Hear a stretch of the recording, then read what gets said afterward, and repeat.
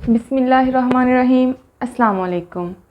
English grammar का आज हमारा पहला लेसन है और आज हम जो टॉपिक डिस्कस करेंगे वो है सेंटेंस। सेंटेंस हमने देखना है कि क्या है। जब हम बात करते हैं या फिर हम कुछ तहरीर करते हैं तो हम अल्फाज का इस्तेमाल करते हैं और आमतौर पर क्या होता है कि हम अल्फाज को ग्रोहों की सूरत में इस्तेमाल करते हैं, अल्फाज को ग्रुप्स की सूरत में इस्तेमाल करते हैं।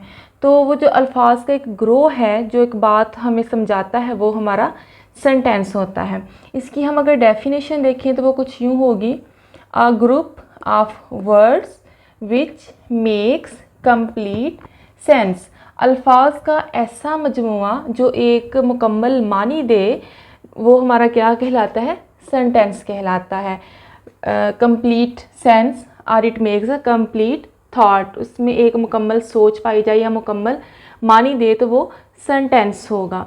अब अगर हम इस डेफिनेशन को एनालाइज करें तो हम देखते हैं कि इसके दो हिस्से बनते हैं। The first one is group of words.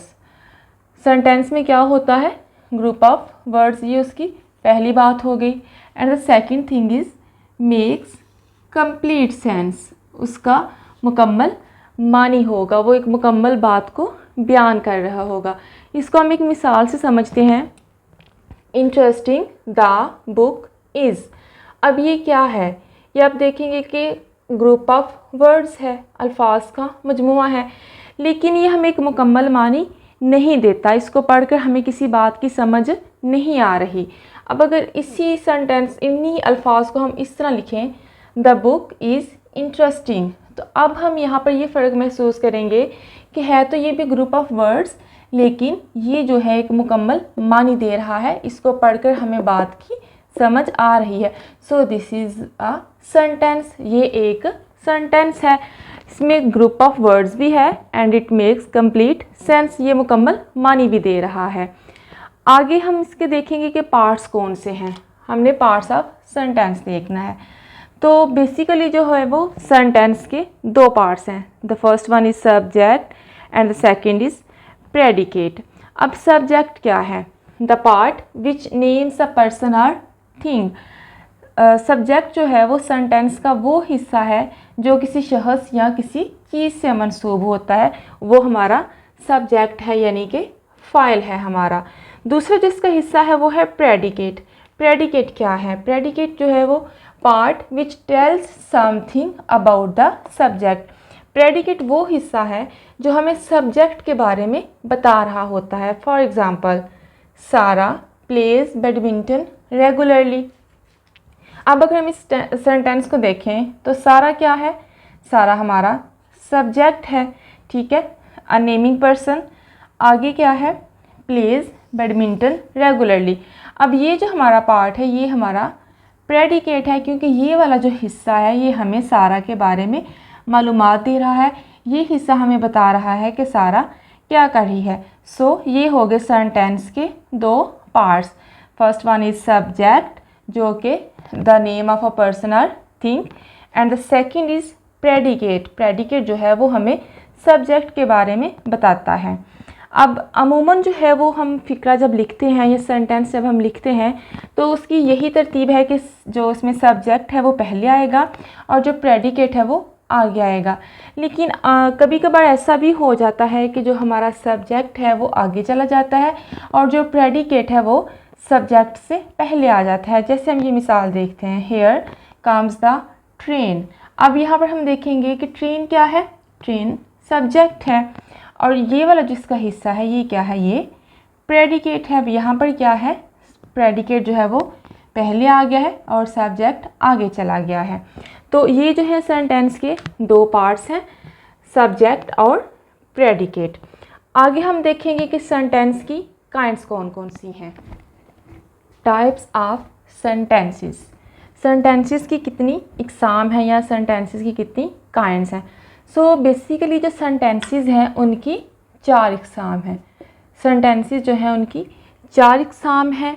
वो कौन कौन सी हैं, declarative sentences, interrogative sentences, imperative sentences and exclamatory sentences. अब हम वन बाय वन इनको डिस्कस करते हैं। So the first one is declarative sentence. अब डिक्लरेटिव सेंटेंसेस जो हैं वो कौन से हैं?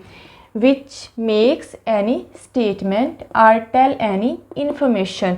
वो सेंटेंसेस जो जिसमें कोई स्टेटमेंट हो या फिर वो हमें कोई इन्फॉर्मेशन दे रहे हो, हमें किसी चीज़ के बारे में मालूमात दे रहे हो, वो हमारे डिक्लरेटिव सेंटेंसेस होते हैं। और डिक्लरेटिव सेंटेंसेस जो हैं उनके अख्ताम पर हमेशा फुल स्टॉप आता है, उनके एंड पर जो है वो फुल स्टॉप आता है। अब इसकी हम मिसाल देखते हैं, जैसे हम कहते हैं jack set on a wall. अब इसके एंड पर फुल स्टॉप हमने पुट कर दिया। अब ये देखें, ये एक सिंपल स्टेटमेंट है, एक बयान है जो कि दिया गया है। The second one is horse is a faithful animal. अब इसमें हमें क्या है, this is a kind of information, हमें एक मालूमात दी जा रही है कि घोड़ा जो है वो एक वफादार जानवर है। सो डिक्लरेटिव सेंटेंसेस सिंपल आप कह सकते हैं कि जिसमें हमें कोई स्टेटमेंट दी गई हो या फिर कोई मालूमात फ्राहम की गई हो। इसका दूसरा जो पार्ट है वो है इंट्रोगेटिव सेंटेंसेस। इंट्रोगेटिव सेंटेंसेस कौन से हैं? सवालिया फ़िक्रात। सवालिया फ़िक्रात कौन से होते हैं? दोज विच आस्क क्वेश्चंस, जिनमें जो है वो सवाल पूछा गया हो, वो हमारे इंट्रोगेटिव सेंटेंसेस होते हैं। अब इंट्रोगेटिव सेंटेंसेस जो हैं उनके एंड पर हमेशा क्वेश्चन मार्क आएगा। Interrogative sentences always ends with a question mark. अब ये जो नॉर्मली सेंटेंसेस हैं वो WH वर्ड्स के साथ शुरू होते हैं। अब WH वर्ड्स कौन से हैं? Why, where, when, who, how, what. ये हमारे सारे जो हैं वो WH वर्ड्स हैं और इंट्रोगेटिव सेंटेंसेस जो हैं वो इन अल्फाज से भी शुरू होते हैं। For example, where do you live, who are you. ये क्या है? ये इंट्रोगेटिव सेंटेंसेस हैं। इनके एंड पर हम जो है वो फुल स्टॉप पुट करेंगे और शुरू जो है वो WH वर्ड से हो रहे हैं। तीसरी जो इसकी किस्म है वो है इम्पीरेटिव सेंटेंसेस। अब इम्पीरेटिव सेंटेंसेस कौन से हैं? विच एक्सप्रेस कमांड और रिक्वेस्ट, जिनमें कोई हुक्म दिया गया हो, कोई कमांड हो या फिर कोई दरख्वास्त की गई हो। अब इसमें जो है वो कोई हुक्म या कमांड है या फिर कोई दरख्वास्त की गई है, वो हमारे हैं इम्पीरेटिव सेंटेंसेस। मिसाल के तौर पर हम देखते हैं put the book on the shelf, किताब को शेल्फ पर रख दो। अब ये क्या है? ये एक कमांड है या फिर ऑर्डर है। इसकी दूसरी मिसाल देखिए, हैव मर्सी अपॉन अस, हम पर रहम कीजिए। अब ये क्या है? This is a kind of request, इसमें दरख्वास्त की गई है। सो इम्पीरेटिव सेंटेंसेस वो सेंटेंसेस हैं जिनमें कोई कमांड, ऑर्डर या फिर दरख्वास्त की गई हो। अब जो सेंटेंसेस हैं उनकी जो फोर्थ वन है काइंड, वो है एक्सक्लामेटरी सेंटेंस। अब एक्सक्लामेटरी सेंटेंस कौन से हैं?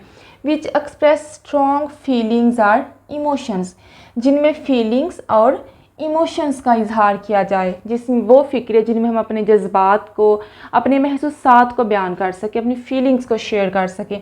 अब feelings of what? Feelings of happiness, feelings of anger, sadness and surprise and emotions of love and hatred etcetera. ये सारे फ़िक्रे जिनमें हम अपनी इमोशंस को या हम अपनी फीलिंग्स को बयान कर सकेंगे, वो हमारे एक्सक्लामेटरी सेंटेंसेस हैं। इनको हम मिसाल से देखते हैं। व्हाट अ ब्यूटीफुल पेंटिंग, कितनी खूबसूरत पेंटिंग है। अब इसमें क्या है? इसमें अ फीलिंग ऑफ हैप्पीनेस, खुशी की बात है, या हम पेंटिंग को देख के खुश हुए हैं। एक और मिसाल देखिए, व्हाट अ शेम, कितनी शर्मिंदगी की बात है। अब ये क्या है? This is a kind of anger, जो है वो गुस्से का इजहार किया गया है। तो एक्सक्लामेटरी सेंटेंसेस जो हैं इनके एंड पर जो है वो हम हमेशा एक्सक्लामेशन मार्क पुट करते हैं। एक्सक्लामेटरी सेंटेंसेस जिनमें फीलिंग्स और इमोशंस का इजहार पाया जाए और उनके एंड पर एक्सक्लामेशन मार्क है। सो ये हमारा आज का सेंटेंस का टॉपिक था। इसको हम एक दफ़ा एक नज़र में रिवाइज़ करते हैं। सबसे पहले हमने देखा था कि सेंटेंस जो है वो क्या है। Sentence is a group of words which makes complete sense. इसकी फिर हमने जो है वो पार्ट्स देखे थे। इसके दो पार्ट्स हैं, सब्जेक्ट एंड प्रेडिकेट। और उसके बाद हमने सेंटेंस की टाइप्स डिस्कस की हैं। 4 इकसाम हैं, declarative sentence, interrogative sentence, imperative sentence and exclamatory sentence. I hope आप इस टॉपिक को अच्छे से समझ चुके होंगे, लेकिन इसके रिलेटेड अगर आपके जहन में कोई सवाल हो तो आप कमेंट सेक्शन में पूछ सकते हैं। मिलते हैं इंशाल्लाह नेक्स्ट टॉपिक के साथ। Till then take good care of yourself and your loved ones. अल्लाह हाफिज़।